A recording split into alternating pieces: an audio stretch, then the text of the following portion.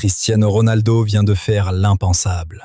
Oubliez tout ce que vous savez sur les contrats, les clubs ou les ligues. Le numéro 7 vient de défier frontalement un fonds souverain de 700 milliards de dollars. Il a dit non. Non au match, non à son club, et surtout, non à Karim Benzema.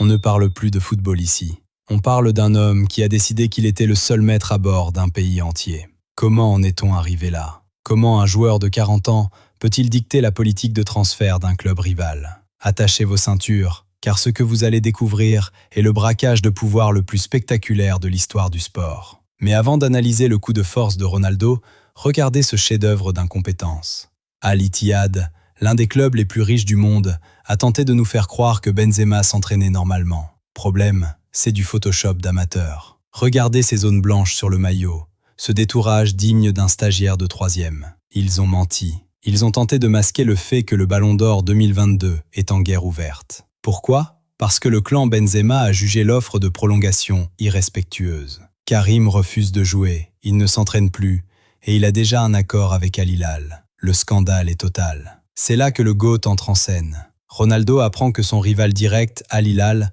va récupérer Benzema. Sa réaction? Il se met en grève. Pas de blessure, pas de suspension, il refuse juste de descendre du bus. Son message au PIF est d'une violence inouïe. Si Benzema va à Al Hilal, je ne joue plus. Il utilise son image, son influence planétaire pour prendre en otage le championnat. Est-ce légitime? Ronaldo estime qu'on favorise Al Hilal au détriment de son équipe, Al Nasser. Il demande des renforts, il exige l'équité. Mais la méthode est terrifiante. C'est le chantage d'un ambassadeur qui s'est transformé en dictateur de vestiaire. Pour comprendre l'ampleur du séisme, il faut regarder au-delà du rectangle vert. L'Arabie Saoudite n'a pas recruté ses joueurs pour le sport, elle les a recrutés pour le soft power. L'idée était d'utiliser l'image de Ronaldo pour blanchir la réputation du royaume et attirer le tourisme mondial. Mais aujourd'hui, le projet se retourne contre ses créateurs. Ronaldo a compris que sa marque est plus grande que la Saudi Pro League. Il sait qu'un retrait de sa part serait une catastrophe industrielle pour le pays. Il joue avec le feu,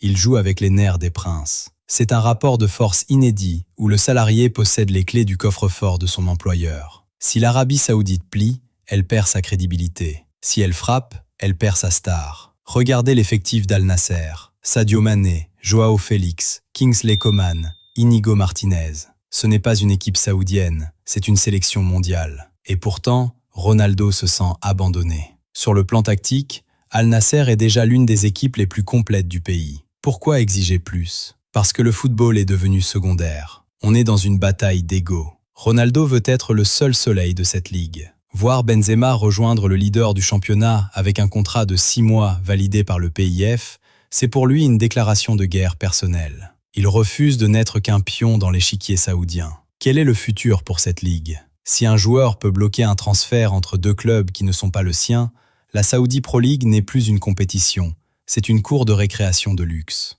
Les investisseurs vont commencer à douter. Les futures stars vont hésiter à venir. Pourquoi risquer sa carrière dans un endroit où un ego peut tout arrêter? L'Arabie Saoudite est à la croisée des chemins. Elle doit choisir entre l'autorité institutionnelle et la soumission aux stars. Le projet à 700 milliards est aujourd'hui entre les mains d'un homme qui porte le numéro 7. Et pour l'instant, c'est lui qui mène la danse. Ronaldo est-il allé trop loin? L'Arabie Saoudite a-t-elle créé un monstre qu'elle ne peut plus contrôler? La réponse va définir le football de la prochaine décennie. Et vous, quel est votre avis? Donnez-moi vos arguments en commentaire, je lirai tout. N'oubliez pas le like si vous avez aimé cette enquête et abonnez-vous pour ne rien rater de la suite de cette saga. On se retrouve très vite sur la Foot Chrono. C'était votre dose d'expertise.